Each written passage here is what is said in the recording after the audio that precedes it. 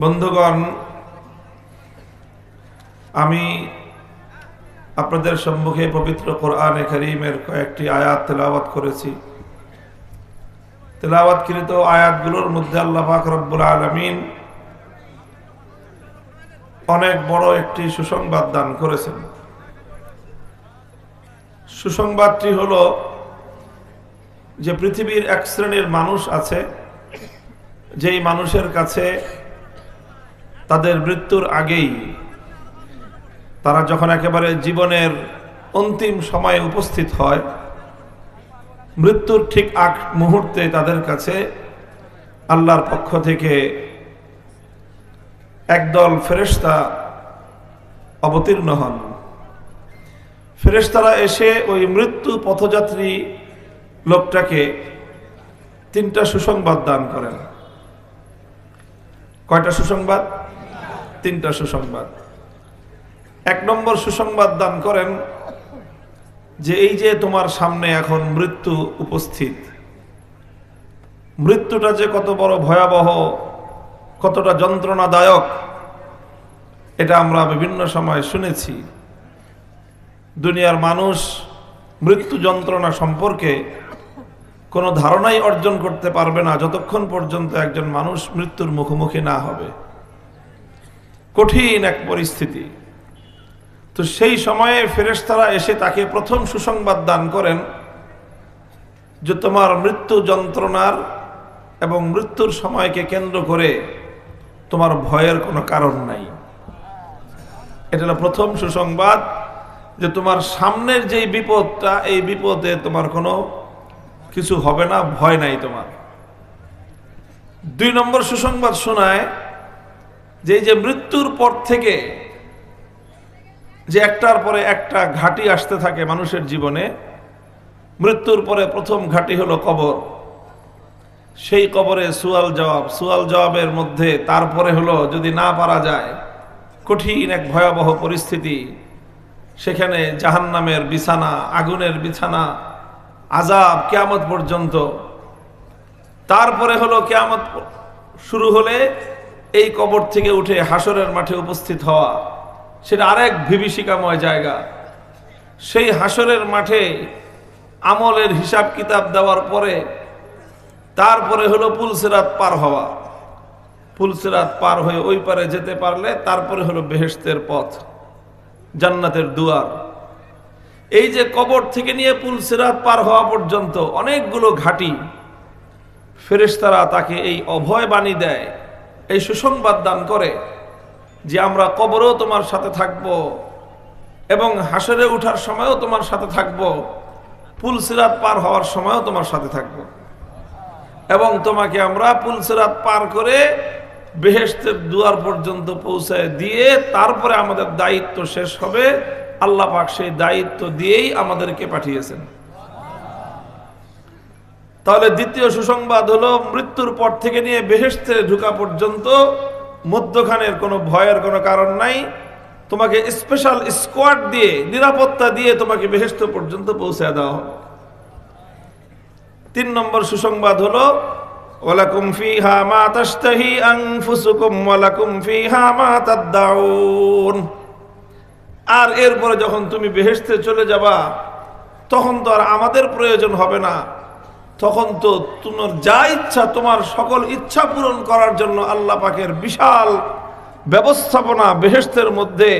তুমি চাইবা আর আল্লাহ তোমার চাওয়া পূরণ করবেন। কাজেই সেখানে তো তোমার আমাদের সাহায্যের কোনো প্রয়োজনই থাকবে না। তখন তো তুমি আল্লাহ পাকের স্পেশাল গেস্ট হিসেবে, নুজুলাম মিন গফুরির রহিম, মহান রব্বুল আলামিনের স্পেশাল গেস্ট, বিশেষ ভিআইপি মেহমান হিসেবে তুমি আল্লাহর কাছে আপ্যায়িত হবা। কয়টা সুসংবাদ হলো? তিনটা সুসংবাদ। প্রথম হলো এই যে বিপদ, মৃত্যুর আগ মুহূর্তে যে বিপদ, এই বিপদে তোমার কোনো ভয়ের কারণ নাই। দুই নম্বর হলো মৃত্যুর পর থেকে নিয়ে বেহেশতে যাওয়া পর্যন্ত মাঝখানের রাস্তায় তোমার কোনো চিন্তার কারণ নাই। তিন নম্বর হলো বেহেশতে গিয়ে তুমি স্পেশাল ভিআইপি গেস্ট হিসেবে, বিশেষ সম্মানিত মেহমান হিসেবে তুমি আল্লাহ পাক রব্বুল আলামিনের কাছে আপ্যায়িত হবা। এইরকম তিনটা সুসংবাদ নিয়ে একদল ফেরেশতা আল্লাহর পক্ষ থেকে তারা এসে মৃত্যু পথযাত্রী একদল মানুষের সামনে হাজির হয়ে যায়। বলেন তো দেখি, যারা এই ধরনের সৌভাগ্য অর্জন করবে তাদের চেয়ে সৌভাগ্যবান পৃথিবীতে আর কেউ হতে পারে? তো এই মহা সৌভাগ্য অর্জন করার আগ্রহ, আকাঙ্ক্ষা, তামান্না, হৃদয়ের আকুতি কার কার আছে? আল্লাহ পাক কবুল করেন, আমাদের সবাইকে আল্লাহ কবুল করেন। আল্লাহ সবাইকে এই সৌভাগ্যের অধিকারী বানিয়ে দেন। তবে এই সৌভাগ্যের অধিকারী কারা হবে?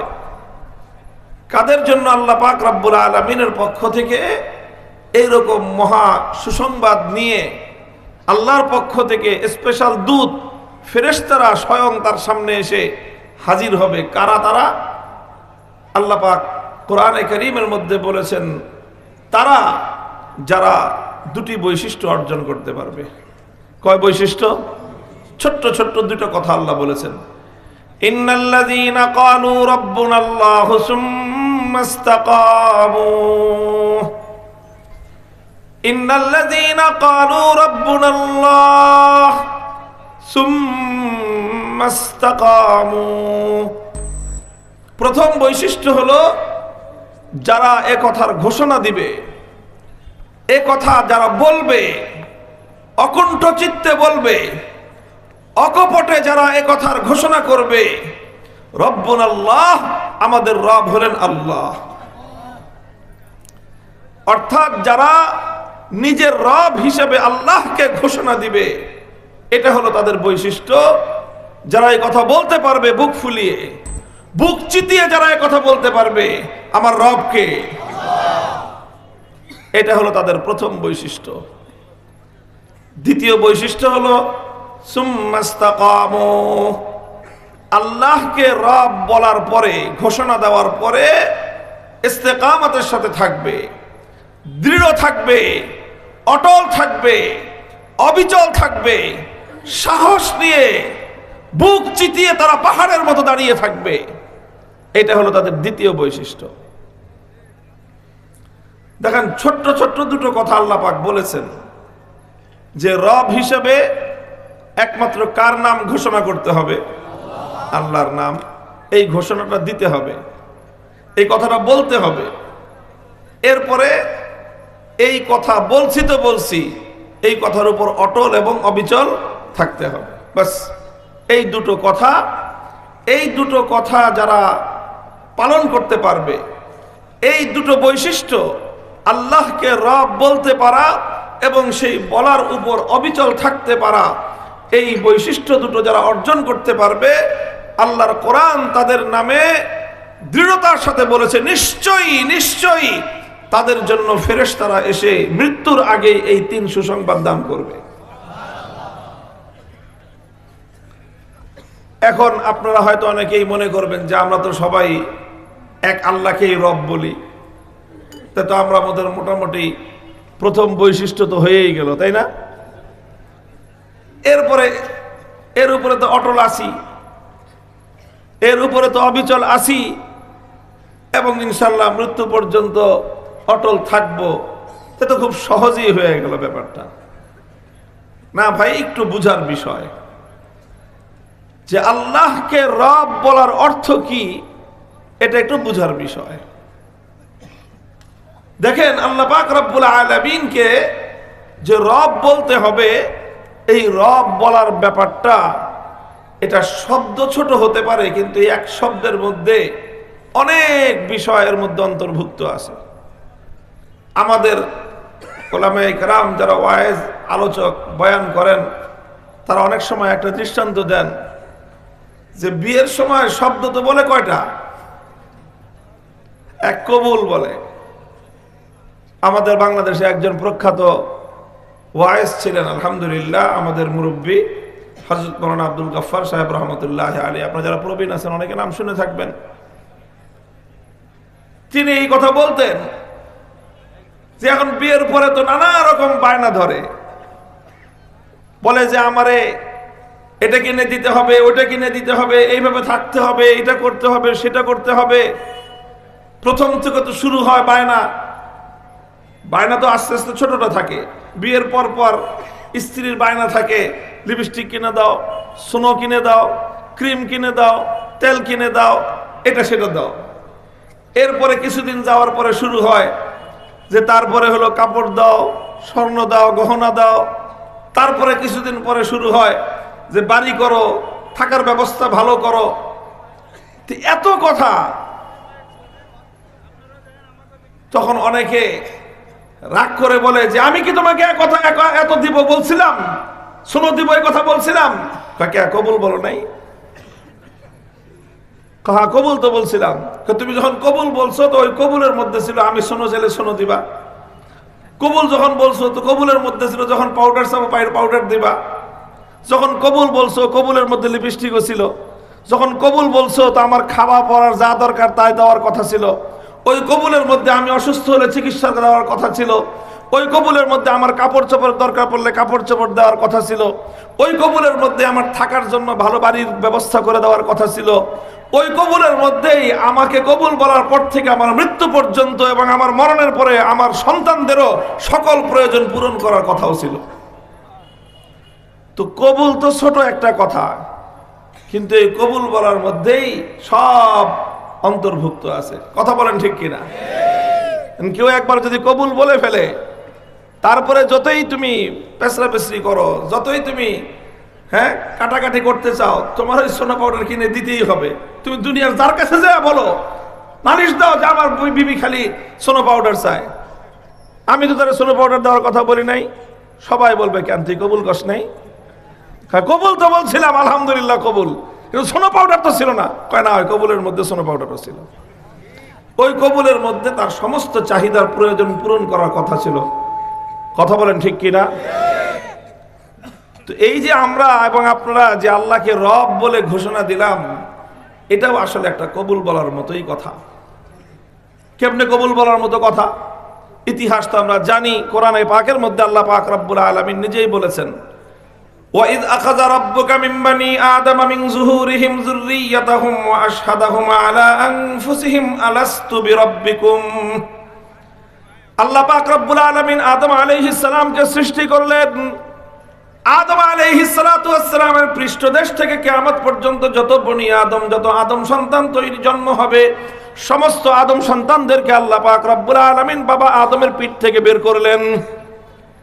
আরাফার ময়দানে ওয়াদি নামান, সেখানে আল্লাহ পাক সমগ্র মানব জাতিকে একত্রিত করলেন। একত্রিত করে আল্লাহ পাক রব্বুল আলামিন তাদের সামনে প্রস্তাব পেশ করলেন, আলাস্তু বিরাব্বিকুম, হে আদম সন্তানেরা, তোমরা বলো দেখি তোমরা আমাকে রব হিসেবে কবুল করো কিনা? তোমরা আমাকে রব হিসেবে কবুল করো কিনা? বলো, আলাস্তু বিরাব্বিকুম, আমি কি তোমাদের রব নই? তোমরা আমাকে রব হিসেবে কবুল করো কিনা? আলু বালা।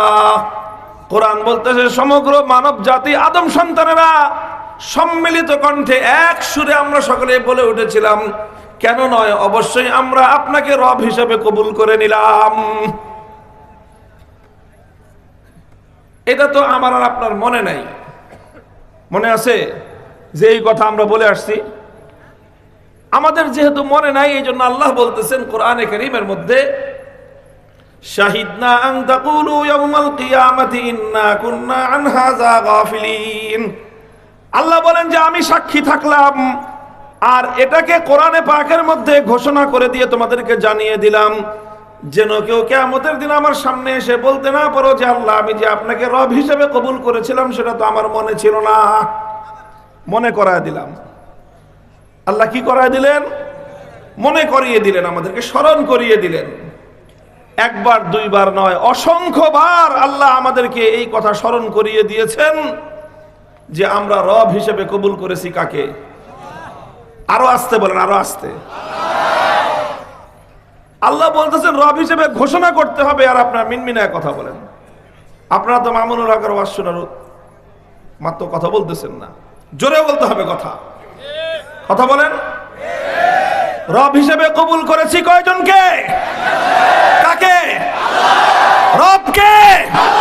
আমার রবকে, তোমার রবকে, কায়নাতের রবকে, আসমান জমিন কুল সৃষ্টি জগতের একমাত্র রবকে। এভাবেই রবের ঘোষণাটা এটা একটা জোরালো ঘোষণা, এটা অত্যন্ত বলিষ্ঠ কণ্ঠের ঘোষণা, এটা মিনমিনায় বলার কথা না। মুহতারাম হাজিরিন, এই ঘোষণার কথা আল্লাহ আমাকে আপনাকে অসংখ্যবার মনে করায় দিলেন। কিভাবে মনে করিয়ে দিলেন দেখেন তো। কোরআনে পাক নাজিল হলো, কোরআনে কারীমের মধ্যে 114 খানা সূরা আছে। প্রথম সূরার নাম হলো সূরাতুল ফাতিহা। সূরাতুল ফাতিহার প্রথম আয়াতটা হলো আলহামদুলিল্লাহি রাব্বিল আলামিন। এই জগৎ সমূহের একমাত্র রব কে? আল্লাহ। তো সূরা ফাতিহা যখন আপনি পড়েন তখন প্রথম আয়াতেই রব হিসেবে আল্লাহকে ঘোষণা করে দিতে হয়। এইভাবে প্রতিদিন এই সূরা ফাতিহাটা আমরা কতবার পড়ি বলেন তো? 32 রাকাত নামাজ প্রতিদিন 5 ওয়াক্তের মধ্যে আদায় করতে হয়। কত রাকাত নামাজ? সূরা ফাতিহা তাহলে কয়বার পড়তে হয়? কম পক্ষে 32 বার। কেউ যদি তাহাজ্জুদের নামাজ নাও পড়েন, নফল নামাজ নাও পড়েন, তাহলে 32 রাকাত নামাজ ফজরের ফরজ এবং সুন্নত মিলিয়ে ভিতর পর্যন্ত এই নামাজটা প্রতিদিন আমাদেরকে আদায় করতে হয়। তাহলে সূরা ফাতিহা পড়তে হয় কয়বার? কমপক্ষে 32 বার। কমপক্ষে 32 বার সূরা ফাতিহার মধ্যে আলহামদুলিল্লাহি রাব্বিল আলামিন আমার আল্লাহকে রব হিসেবে ঘোষণা করতে হয় কমপক্ষে 32 বার। আপনি যখন রুকু করলেন, 32 রাকাত নামাজের মধ্যে রুকু কয়টা? 32টা রুকু। 32টা রুকুর মধ্যে কমপক্ষে এক রুকুতে 3টা তাসবিহ, সুবহানা রাব্বিয়াল আযীম, পবিত্র মহান হলেন আমার রব যিনি আল্লাহ। 3 বার যদি 32টা রুকুর মধ্যে 3 বার করে যদি পড়েন, 3 32 কমপক্ষে 96 বার রব বললাম কাকে? এবার সেজদায় গেলেন। 32 রাকাত নামাজের মধ্যে সেজদা কয়টা? 64টা সেজদা। আর এই 64টা সেজদার মধ্যে কমপক্ষে 3 বার করে বলতে হয় সুবহানা রাব্বিয়াল আলা, মহান হলেন পবিত্র আমার রব যিনি আল্লাহ। 64টা সাজদার মধ্যে 3 বার করে পড়লে কমপক্ষে 192 বার রব বলা হয় কাকে? 64 সাজদার মধ্যে 192 বার বললাম আল্লাহ আমার রব। 32টা রুকুর মধ্যে 96 বার বললাম একমাত্র রব আমার আল্লাহ। 32 রাকাত নামাজের মধ্যে 32 বার সূরা ফাতিহা তেলাওয়াত করে কমপক্ষে 32 বার বললাম জগৎ সমূহের একমাত্র রব কে? এইভাবে অসংখ্যবার প্রতিদিন একজন মানুষ, একজন ইমানদারকে ওই আল্লাহকে রব বলার কথা মনে করিয়ে দেওয়া হয়, স্মরণ করিয়ে দেওয়া হয়, তার কণ্ঠে তার মুখে উচ্চারণ করানো হয়। এভাবেই চলতে চলতে চলতে চলতে একজন মানুষের জীবন যখন সাঙ্গ হয়, জীবনের পরে যখন তার কবর জগৎ আসে, কবর জগতে যাওয়ার পর যখনই তাকে দাফন করা হবে, দাফনকারীরা তখনও তাকে কবর থেকে, কবরস্থান থেকে বাড়িতে ফিরে আসে নাই। ওয়া ইন্নাহু লা ইয়াসমাউ কুরআনি আলিহিম আতাহু মালাকান ফায়ুজলিসানিহি ফায়াকুলানি লাহু মার রাব্বুক। দুজন ফেরেশতা এসে তাকে ধরে উঠাবে, উঠায়ে বসায়ে তাকে সর্বপ্রথম যেই প্রশ্নটা করবে সেই প্রশ্নটা হবে বলো তোমার রব কে? দেখেন একটা সামঞ্জস্য, দেখেন মিল, দেখেন আল্লাহ পাক দুনিয়াতে আসার আগে বলে দিলেন এই রব হিসেবে কবুল করছো কাকে? এইভাবে পাঠিয়ে দিলেন, যা মনে রাখিস রব হিসেবে কবুল করছো তুমি আমাকে, মনে রেখো কথাটা, এবার দুনিয়াতে যাও। দুনিয়াতে যাওয়ার পর প্রতিদিন 192 আর 96 কত হলো? 288। এর সঙ্গে যুক্ত করেন আরো 32 বার, 320 বার কমপক্ষে দিনের বেলায় নামাজি যারা আল্লাহ পাক রব্বুল আলামিনকে রব বলে ঘোষণা করা হলো, প্রতিদিন 320 বার করে একটা সবক পড়ানোর পর, একটা সবক স্মরণ করিয়ে দেওয়ার পর মৃত্যু যখন বরণ করলেন, কবরে যাওয়ার প্রথম প্রশ্নই হলো মার রাব্বুকা, বলো তোমার রবকে। তো মিল আছে, ধারাবাহিকতা আছে। ওই যে সবক পড়ায় দিছেন রুহের জগতে, সবক হলো আলাস্তু বিরাব্বিকুম, তোমার রব হলেন আল্লাহ। ওটা হলো সবক আর কবরে গেলে প্রথম প্রশ্ন হবে মার রাব্বুকা, তোমার রবকে। মধ্যখানের দুনিয়ার এই জীবনে প্রতিদিন 320 বার করে ওই সবককে মুখস্থ করানো হচ্ছে, তোমার রবকে। মুহতারাম হাজিরিন, আমি যে কথাটা বোঝানোর চেষ্টা করতেছি সেটা হলো এই, আল্লাহকে রব বলে ঘোষণা দেওয়ার ব্যাপারটা আমরা যতটা সহজভাবে নিচ্ছি, ব্যাপারটা এত সহজ নয়। আপনি একজন নারীকে যখন কবুল বলে গ্রহণ করবেন, ব্যাপারটা এত সহজ নয়। আপনি তাকে কবুল বলে গ্রহণ করার পর তার গোটা জিন্দগির দায়িত্ব আপনি গ্রহণ করলেন, তার সমস্ত ভরণ পোষণের দায়িত্ব আপনি গ্রহণ করলেন। তাকে কবুল করে বলে গ্রহণ করার সঙ্গে সঙ্গে আপনি তার সমস্ত চিকিৎসার দায়িত্ব আপনি গ্রহণ করলেন, তার থাকা খাওয়ার সমস্ত দায়িত্ব আপনি গ্রহণ করলেন, তার সমস্ত চাহিদা পূরণ করবার দায়িত্ব আপনি গ্রহণ করলেন। এই দায়িত্ব পালনের বিন্দুমাত্র যদি আপনার ঘাটতি থাকে, ত্রুটি থাকে, আল্লাহর কাছে আপনাকে জবাবদিহিতার কাঠগড়ায় দাঁড়িয়ে যেতে হবে। শব্দ তো ছোট্ট, ঠিক তদ্রূপ আল্লাহ পাক রব্বুল আলামিন রূহের জগতে আমাদের কাছ থেকে আল্লাহর রুবুবিয়তের শপথ নিয়েছেন, আল্লাহর রুবুবিয়তের শিক্ষা দিয়েছেন, আল্লাহর রুবুবিয়তের তালিম দিয়েছেন। সেই তালিম দিয়ে দুনিয়াতে পাঠিয়ে দিয়েছেন। আল্লাহর কাছে যাওয়ার প্রথম পদক্ষেপেই, কবরের প্রথম মুহূর্তে প্রশ্নের সম্মুখীন হতে হবে। বলো, তোমাকে যে আমি সবক পড়িয়ে দিয়েছিলাম, তোমার রব আমি, জীবনে গিয়ে দুনিয়ার জীবনে তুমি এই সবকটা মনে রেখেছিলা কিনা? এই সবক তুমি ইয়াদ করেছিলা কিনা? আমার এই আদর্শের উপর, রুবুবিয়তের ঘোষণার উপর তুমি অটল এবং মজবুত ছিলে কিনা? প্রশ্নের জবাব দাও। প্রশ্নের জবাব যার সঠিক হবে, পরকালের জিন্দেগি তার কামিয়াব হবে। কাজেই ইন্নাল্লাযীনা ক্বালু রাব্বুনাল্লাহ, যারা বলবে আমার রব হলো একমাত্র কে? আল্লাহ রাব্বুল আলামিনকে রব বলে ঘোষণা দেওয়াটা অত্যন্ত গুরুত্বপূর্ণ একটা ম্যাটার, খুবই ইম্পর্টেন্ট একটা বিষয়। এই জন্যই আল্লাহ পাক রব্বুল আলামিন সমগ্র মানব জাতিকে সৃষ্টি করে আল্লাহ আর কোনো কথা জিজ্ঞাসা করেন নাই, ভিন্ন কোনো প্রশ্ন করেন নাই। একটাই প্রশ্ন করেছিলেন, আলাস্তু বিরাব্বিকুম, আমি কি তোমাদের রব নই? আল্লাহ এই কথা প্রশ্ন করেন নাই, আমি কি তোমার সৃষ্টিকর্তা না? এই প্রশ্ন করেন নাই। আল্লাহ এই কথা প্রশ্ন করেন নাই, আমি কি তোমার রিজিক দাতা নই? আল্লাহ প্রশ্ন করেন নাই, আমি কি তোমার হায়াত দাতা নই? আল্লাহ প্রশ্ন করেন নাই, মৌতের মালিক কি আমি না? আল্লাহ প্রশ্ন করেন নাই, আমি কি তোমাকে রক্ষা করি না? আল্লাহ প্রশ্ন করেন নাই, আমি কি তোমাকে লালন পালন করি না? আল্লাহ পাক সব কিছু করেন, কিন্তু প্রশ্ন করেছেন একটা, অন্য সবগুলো বাদ দিয়ে আমার আল্লাহ একটাই প্রশ্ন করলেন, আলাস্তু বিরাব্বিকুম, আমি কি তোমাদের রব না? কাজে আল্লাহকে রব বলার ব্যাপারটা ততটা সহজ নয়। হে বাংলার মুসলমানেরা, যতটা সহজ আজ আমরা ধরে নিয়েছি, যতটা সহজ হিসেবে আমরা বরণ করে নিয়েছি, যতটা সহজ হিসেবে আমি আর তুমি গ্রহণ করেছি, ব্যাপারটা ততটা সহজ নয়। আর এই সহজ হিসেবে ধরে নেওয়ার কারণেই এখন কবুল বলে তুমি ঘোরাফেরা করো, বাদামের মধ্যে এদিক যাও সেদিক যাও, তোমার এই যাওয়ার আসলে অধিকার নাই। নাই, তুমি আল্লাহকে রব বলে ঘোষণা করার সঙ্গে সঙ্গে তুমি আল্লাহর সঙ্গে একটা অঙ্গীকারে আবদ্ধ হয়েছো। সেই অঙ্গীকার তোমাকে রক্ষা করতেই হবে, সেই শপথ তোমাকে পূরণ করতেই হবে। সেই অঙ্গীকার এবং শপথ যদি তুমি রক্ষা না করো, তোমাকে আল্লাহর কাছে জবাবদিহিতার কাঠগড়ায় দাঁড়িয়ে জবাব দিতেই হবে, জবাব দিতেই হবে।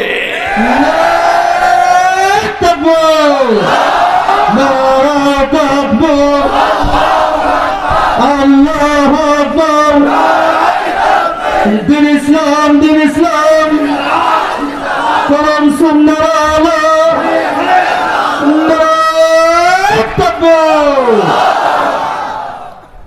মুহতারাম হাজিরিন, তাহলে এতক্ষণ পর্যন্ত আমি যেটা বোঝালাম আপনাদেরকে, চেষ্টা করলাম বোঝানোর, সেটা হলো আল্লাহকে রব হিসেবে ঘোষণা দেওয়া, আল্লাহকে রব বলা ব্যাপারটা খুবই গুরুত্বপূর্ণ।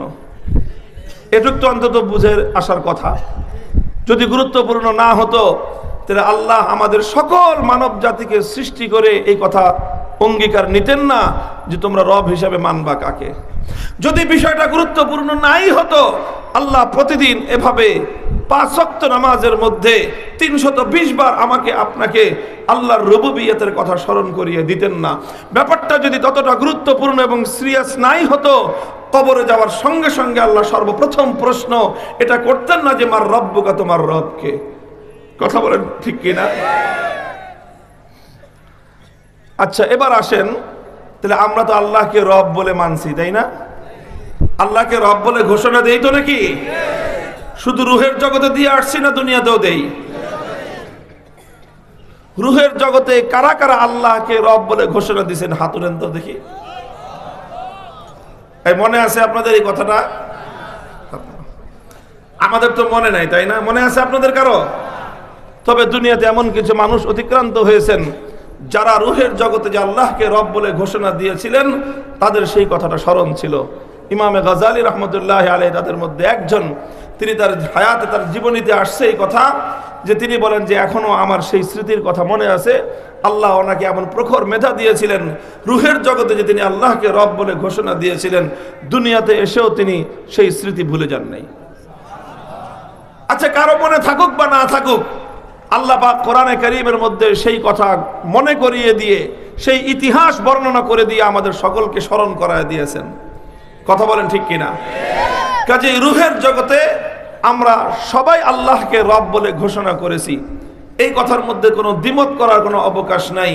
এখন প্রশ্ন হলো, দুনিয়াতে আল্লাহকে রব বলে ঘোষণা করি এবং এক আল্লাহকে রব বলে মানি কারা কারা? এবার হাত তোলেন। তুলছেন তো সবাই? আল্লাহ কবুল করেন, হাত নামান। এরপরে এখন আমি আপনাদেরকে বোঝানোর চেষ্টা করব আল্লাহকে রব বলার অর্থ কি। এই অর্থ বুঝার পরে আরেকবার প্রশ্ন করব যে আল্লাহকে বুঝে শুনে কারা কারা রব মানেন। কথা পরিষ্কার? প্রশ্ন 3টা আমার এখানে আজকে। 1 নম্বর প্রশ্ন ছিল রুহের জগতে রব বলেছি কারা কারা? সবাই হাত তুলেছি যে আমরা রুহের জগতে রব বলেছি। 2 নম্বর প্রশ্ন করলাম দুনিয়াতে এসেও আল্লাহকে রব মানি কারা কারা? সবাই হাত তুলেছেন যে দুনিয়াতেও আমরা রব মানি কাকে? এখন সামনের প্রশ্নটা এখন করতেছি না, সেটা হলো বুঝে শুনে আল্লাহকে রব মানেন কারা কারা? এখন ওই প্রশ্ন করি নাই, এই প্রশ্নটা সামনে করব। এর আগে বুঝতে হবে যে আল্লাহকে রব বলার অর্থ কি। পরিষ্কার কথা? মুহতারাম হাজিরিন, আলোচনা দীর্ঘ করব না। দীর্ঘ আলোচনা করতে গেলে আল্লাহকে রব বলার দীর্ঘ আলোচনা রয়েছে, রুবুবিয়তের অনেক লম্বা আলোচনা। সমস্ত তাফসীর গ্রন্থগুলোর মধ্যে যেখানেই আল্লাহ পাক রব্বুল আলামিনের এই রুবুবিয়তের কথা আসে, রব শব্দের আলোচনা যেখানেই আসে, সেখানেই রব শব্দের দীর্ঘ গবেষণা করা হয়। এই শব্দটাকে পর্যালোচনা এবং পর্যবেক্ষণ করে এর দীর্ঘ অর্থ নির্ধারণ করা হয়। আর রাব্বু মিনাত তারবিয়াতি ওয়াত তারবিয়াতু তাবলীগু শাইই ইলা হাদ্দিহিল কামালি শাইআন ফাশাইআ। এটা একটা দীর্ঘ আলোচনা আছে, যে আলোচনার সার কথা হলো এই যে রব বলা হয় তারবিয়াত শব্দ থেকে।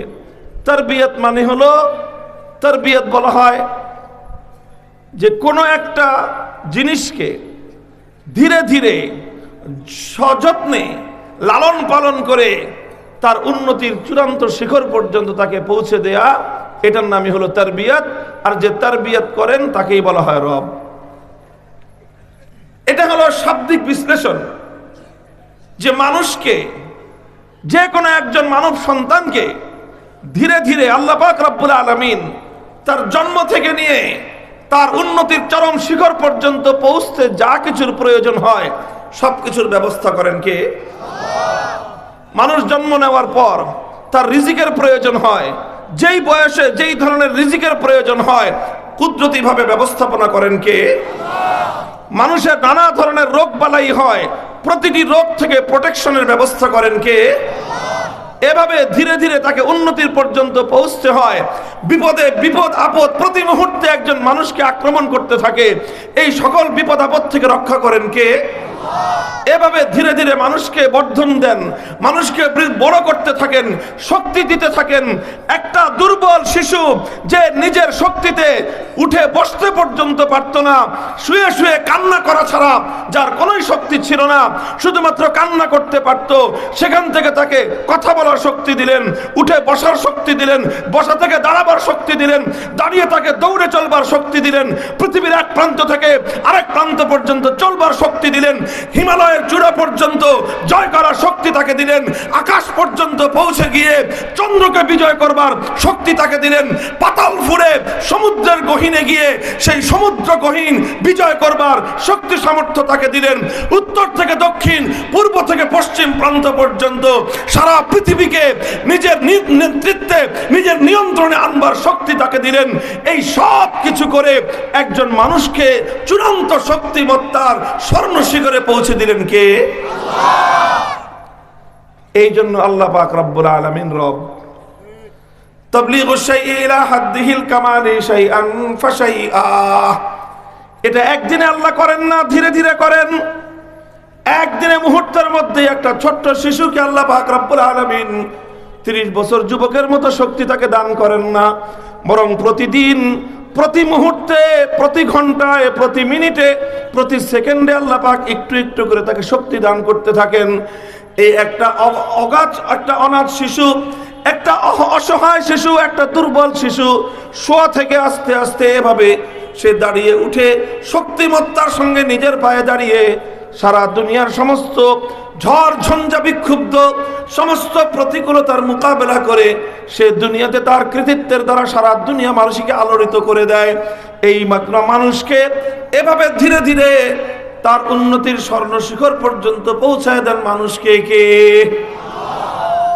এই জন্যই আমার আল্লাহ হলেন রব। এভাবে মানুষকে সর্বোচ্চ শিখর পর্যন্ত পৌঁছানোর ক্ষেত্রে আমার আল্লাহর সঙ্গে দ্বিতীয় অন্য কারো কোনো ভূমিকা নাই। একমাত্র কাজটা করেন কে? সুতরাং একমাত্র রব কে?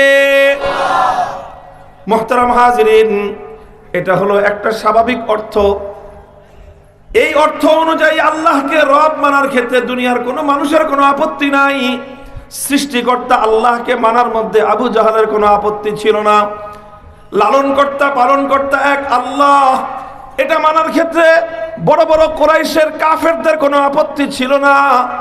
আল্লাহ পাক রব্বুল আলামিন সমস্ত মানুষকে বিপদ আপদ থেকে হেফাজত করেন, হেফাজতকারী রক্ষাকারী এক আল্লাহ। এই বিষয়েও আল্লাহ পাক রব্বুল আলামিনকে হেফাজতকারী রব মানতে দুনিয়ার মানুষের কোনো আপত্তি ছিল না। তবে এই সব অর্থের পরে আমার আল্লাহ পাক রব্বুল আলামিনকে রব মানার দ্বিতীয় ভিন্ন আরেকটা অর্থ রয়েছে, যেই অর্থটা আল্লাহর নবীর হাদিস থেকে বোঝা যায়। যেই অর্থ অনুযায়ী আল্লাহ পাক রব্বুল আলামিনকে রব মানতে গেলে বাধা বিপত্তি অনেক আসে, সেই অর্থটাই হলো মূল অর্থ রবের। আল্লাহকে রব মানার অর্থ হাদিসের মধ্যে বর্ণিত হয়। সমস্ত হাদিসের কিতাবগুলোর মধ্যে হাদিসটি বর্ণিত হয়েছে, বুখারী মুসলিম শরীফ সহ ভিন্ন ভিন্ন বর্ণনায় এসেছে। বর্ণনাটা হলো হযরত আদি ইবনে হাতেম রাদিয়াল্লাহু আনহু, একজন বিশিষ্ট সাহাবী। আপনারা সকলেই পরিচয় দিলে চিনবেন। পরিচয়টা হলো হাতেম তাইর নাম শুনেছেন? কারা কারা শুনেছেন হাত উঠান দেখি। অনেক মানুষ হাতেম তাইর নাম শুনেন নাই। হাতেম তাই কে ছিলেন? খুব বখিল মানুষ ছিলেন, কৃপণ। তাহলে কি ছিলেন? দানবীর হিসেবে পৃথিবীতে সুবিখ্যাত একজন উপমা সদৃশ একজন ব্যক্তিত্ব হলেন হাতেম তাই। যারা অনেক দান করে তাদের সম্পর্কে বলা হয় তিনি যুগের হাতেম তাই। কথা বলে ঠিক কিনা? এই হাতেম তাই তিনি আল্লাহর নবীকে পান নাই। নবীর যুগের কিছুদিন আগের মানুষ ছিলেন, নবীজির সঙ্গে তার সাক্ষাৎ হয় নাই। এই জন্য তার সম্পর্কে বিস্তারিত কোনো বিবরণ আমাদের জানা নাই। শুধু দানবীর মানুষ ছিলেন এটাই আমরা জানি। কিন্তু তার ছেলে আদি ইবনে হাতেম তিনি একজন বিশিষ্ট সাহাবী। তার সম্পর্কে হাদিসের মধ্যে অনেক বিস্তারিত বিবরণ পাওয়া যায়, সে তার সম্পর্কে আমরা বলতে পারি। তিনি ইসলাম গ্রহণ করার আগে খ্রিস্টান ছিলেন এবং তিনি তার গোত্রের প্রধান ছিলেন, সর্দার ছিলেন, প্রভাবশালী মানুষ ছিলেন এবং শিক্ষিত পণ্ডিত মানুষ ছিলেন। খ্রিস্টান ধর্মের একজন পণ্ডিত শিক্ষিত মানুষ ছিলেন। তিনি যখন ইসলাম গ্রহণ করলেন, তিনি আল্লাহর নবীর কাছে আসতেন। হাদিসের মধ্যে এসেছে যেই কয়জন সাহাবী ছিলেন যাদেরকে দেখলে আল্লাহর নবী সম্মান এবং মর্যাদা দিতেন, সমীহ করতেন, সেই সংক্ষিপ্ত তালিকার মধ্যে আদি ইবনে হাতেমের নামও ছিল। ওনাকে যখনই আল্লাহর নবী দেখতেন, নবীজি তাকে সম্মান করতেন, কারণ তিনি একজন সম্মানিত মানুষ ছিলেন।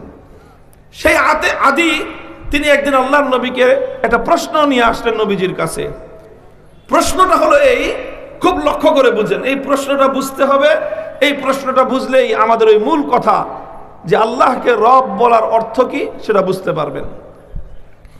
আদি ইবনে হাতেম আল্লাহর নবীকে এসে প্রশ্ন করলেন, যে ইয়া রাসূলুল্লাহ, আমি তো একজন খ্রিস্টান ছিলাম, এবং সাধারণ খ্রিস্টান না, আমি একজন পণ্ডিত খ্রিস্টান ছিলাম। খ্রিস্ট ধর্মের নারী নক্ষত্র সম্পর্কে সব আমার জ্ঞান আছে, আমার জানা আছে, পড়াশোনা আছে আমার। কাজেই খ্রিস্টান ধর্মের বিশ্বাস কি সেটা আমি জানি, খ্রিস্টান ধর্মের লোকদের কাজকর্ম কি সব আমার জানা আছে। সব জেনে শুনে আমি বলতেছি যে কোরআনে কারীমের একটি আয়াতের মধ্যে আল্লাহ পাক রব্বুল আলামিন খ্রিস্টানদের সম্পর্কে একটা অভিযোগ করেছেন। সেই অভিযোগের বিষয়টা আমার বোধগম্য নয়, আমার বুঝে আসতেছে না যে আল্লাহ পাক এমন একটা অভিযোগ খ্রিস্টানদের সম্পর্কে কিভাবে করলেন।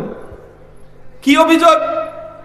যে আল্লাহ পাক রব্বুল আলামিন বলেছেন, ইত্তাখাযু আহবারহুম ওয়া রুহবানাহুম আরবাবাম মিন দুনিল্লাহ, ইত্তাখাযু আহবারহুম ওয়া রুহবানাহুম আরবাবাম মিন দুনিল্লাহি ওয়াল মাসীহ ইবনে মারইয়াম।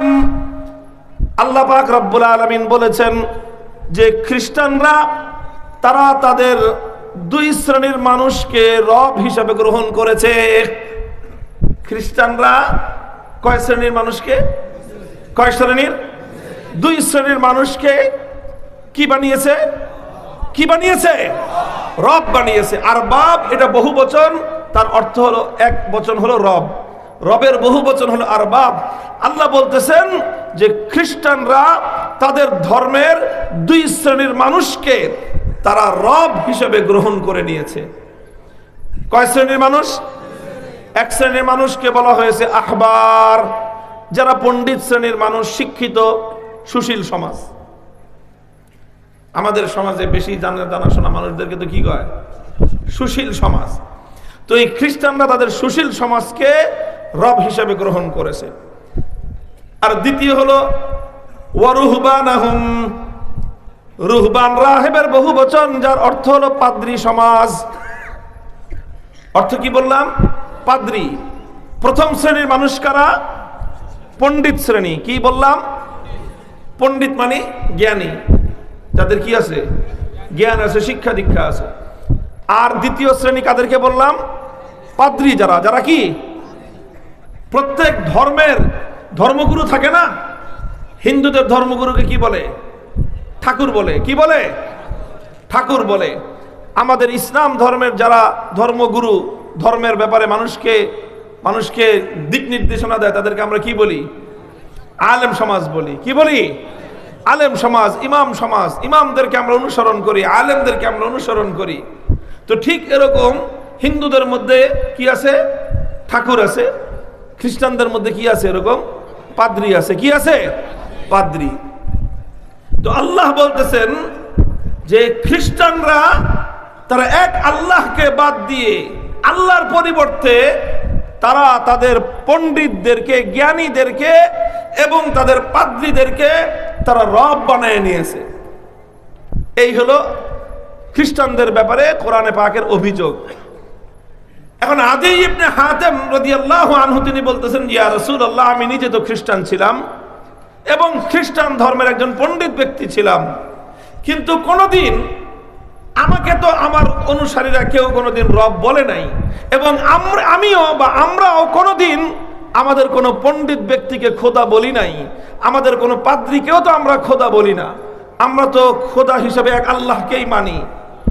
তাহলে আমাদের ব্যাপারে এই অভিযোগটা কোরআনে পাকের মধ্যে কেন করা হলো?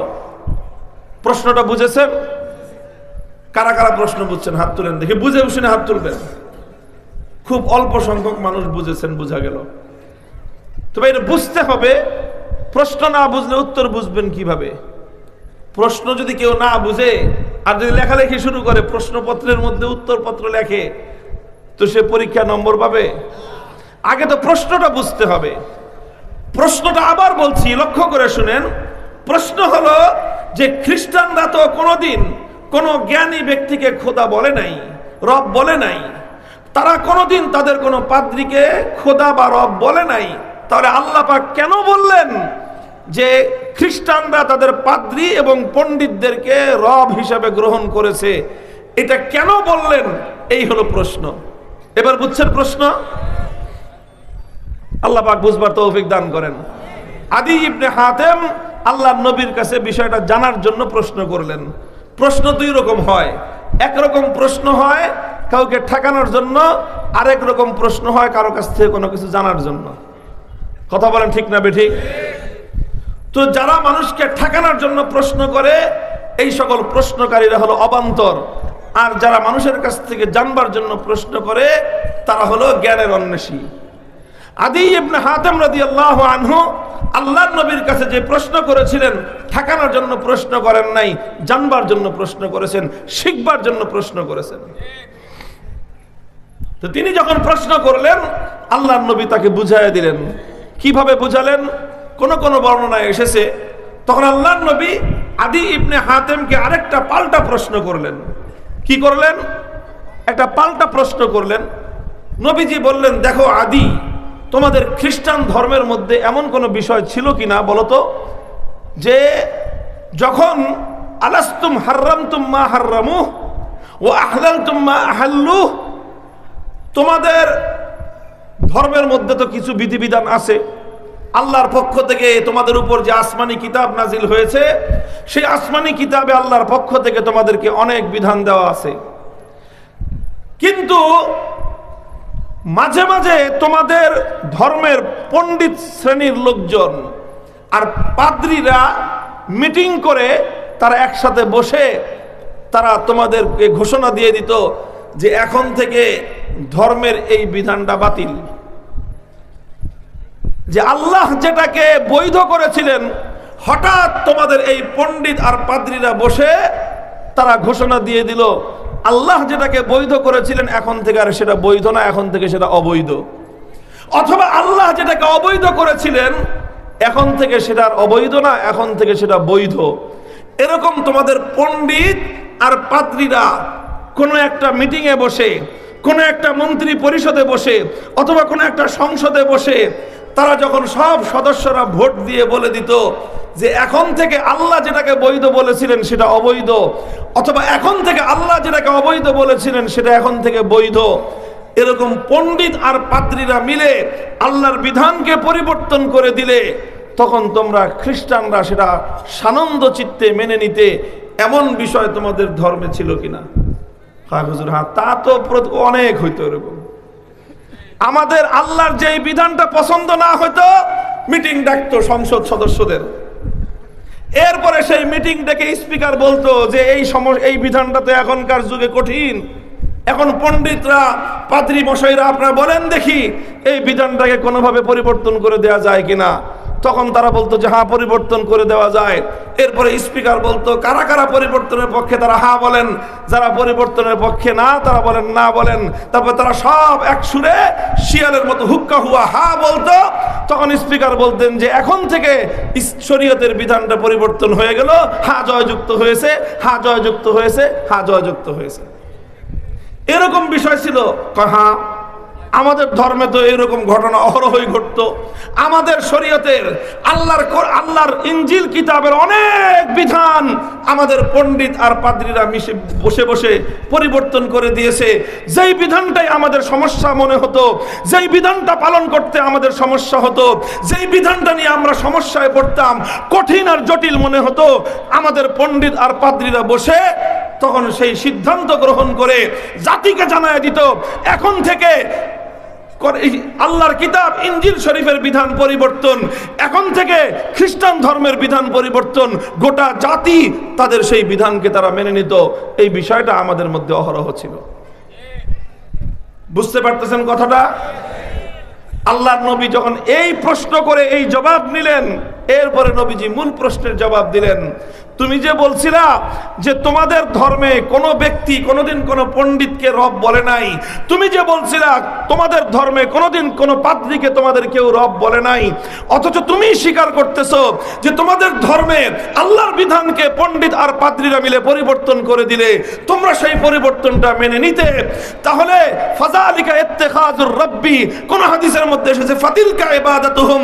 হে আদি, মনে রেখো আসমান আর জমিনের মধ্যে কোনটা বৈধ কোনটা অবৈধ নির্ধারণ করবার একমাত্র অধিকার হলেন আমার আল্লাহর। এটা একমাত্র মালিক হলেন আমার আল্লাহ। বৈধতা দেওয়ার মালিক এক আল্লাহ, অবৈধ করবার মালিক এক আল্লাহ। যেটা একমাত্র আল্লাহর অধিকার ছিল, সে আল্লাহর অধিকার কেড়ে নিয়ে তোমাদের পণ্ডিত আর পাদ্রীরা আল্লাহর বিধানকে পরিবর্তন করে দিল। সুতরাং তোমরা আল্লাহর বিধানকে মানুষ যখন পরিবর্তন করে দেওয়ার পর তোমার জাতি যখন সেই বিধানকে মেনে নিল, তখন তোমরা আল্লাহর জায়গায় তোমাদের পণ্ডিত আর তোমাদের পাদ্রীদেরকেই তোমরা রব বলে মেনে নিলা। এটা আমার নবীর কথা, নবীর হাদিস, এটা নবীর হাদিস। ফাতিলকা ইবাদাতুহুম, শুধুমাত্র কাউকে সেজদা করলেই তাকে খোদা মানা হয় না।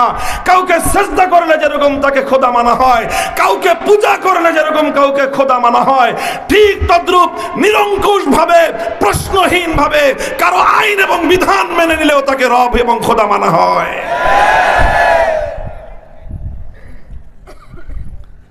মুহতারাম হাজিরিন, আমি আমার নিজের কোনো কথা বলি নাই, আল্লাহর কোরআন এবং নবীর হাদিসের দুটি উদ্ধৃতির মাধ্যমে আপনাদের সামনে এই কথাটা আমি তুলে ধরলাম যে আল্লাহকে রব মানার অর্থ শুধু আল্লাহকে সৃষ্টিকর্তা মানা নয়। সৃষ্টিকর্তা মানতে আবু জাহেলের কোনো আপত্তি ছিল না।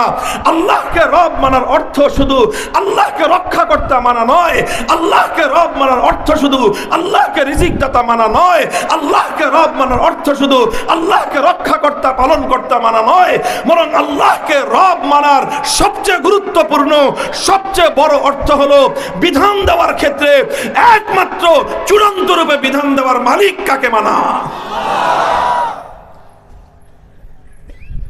এবার আমি দ্বিতীয় ওই প্রশ্ন যেটা বাকি ছিল 3 নম্বর প্রশ্ন মনে আছে? প্রথম প্রশ্ন কি করেছিলাম মনে নাই, আপনারা ভুলে গেছেন। প্রথম প্রশ্ন করেছিলাম, আবার 1 নম্বর থেকে প্রশ্ন করি। প্রথম প্রশ্ন ছিল রুহের জগতে আল্লাহকে রব হিসেবে কবুল করেছিলেন কারা কারা? সবাই, তাই না? দ্বিমত আছে কারো? কোন বাপের বেটা আছেন যে তারা বলবেন যে না, আমি রুহের জগতে আল্লাহকে রব হিসেবে কবুল করি নাই? আচ্ছা, তাহলে আল্লাহকে রুহের জগতে সবাই রব মেনে আসছি। এবার বলেছিলাম দুনিয়াতে এসে আল্লাহকে রব মানি কারা কারা? আপনারা তখন বলেছিলেন সবাই, যে আমরা রব হিসেবে কাকে মানি।